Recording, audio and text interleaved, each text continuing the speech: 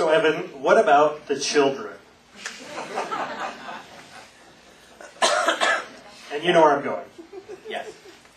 Chapter 5 of my book. Exactly. Yeah. By the way, many of the questions, which have been excellent questions, are actually the questions that are the chapters of the book. And that's deliberate. I wrote the book to not just be a bunch of rhetoric preaching to the converted.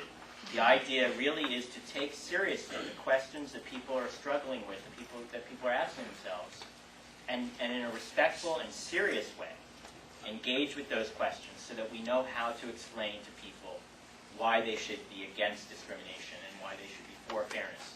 And so one of the questions that people ask is, what about the children? And the answer here is that if we as a society believe, as most of us do, that marriage brings good to family in general, marriage helps strengthen commitment, helps reinforce ties to one another, helps provide a structure of permanence, of expectation, of support, of companionship, of warmth, of nurturing, of education, of care. We all know that's not true in every single marriage, but in general, this is what we hope from marriage and what most of us see as the good in marriage. So if we believe all of that, as most of us do, why wouldn't that be true for gay people as well? Gay people want that same structure, that same support, that same assistance to help strengthen the families for those who are raising kids and those who are simply caring for one another in life.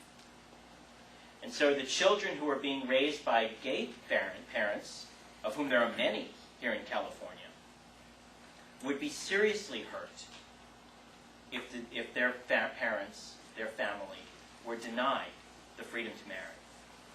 It would be taking something away from those kids. And the cruelty of it is compounded by the fact that if we take that away from the kids being raised by gay parents, it's not like anyone else benefits. It's not like there's a limited amount of marriage and the gays are going to use it all up. It's not like anybody else's kids are better because those kids are injured.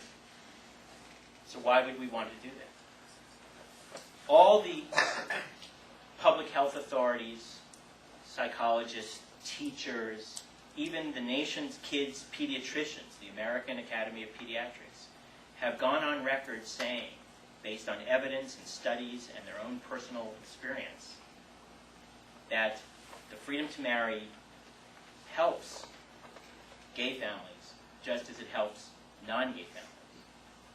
That having gay people share in marriage takes nothing away from non-gay families. And they also said very clearly that children being raised by lesbian and gay parents grow up just as healthy, just as happy, just as well-adjusted as the children raised by non-gay parents, as I was. So this is an instance, again, where the opponents of equality are trying to pit people against each other, when in fact, there's really actually no reason to be fighting here because we can all share it and all be better off. Even if it were true, however, that somehow there's one kind of family that's better than the others, an idea that I don't believe the law should be forcing on people.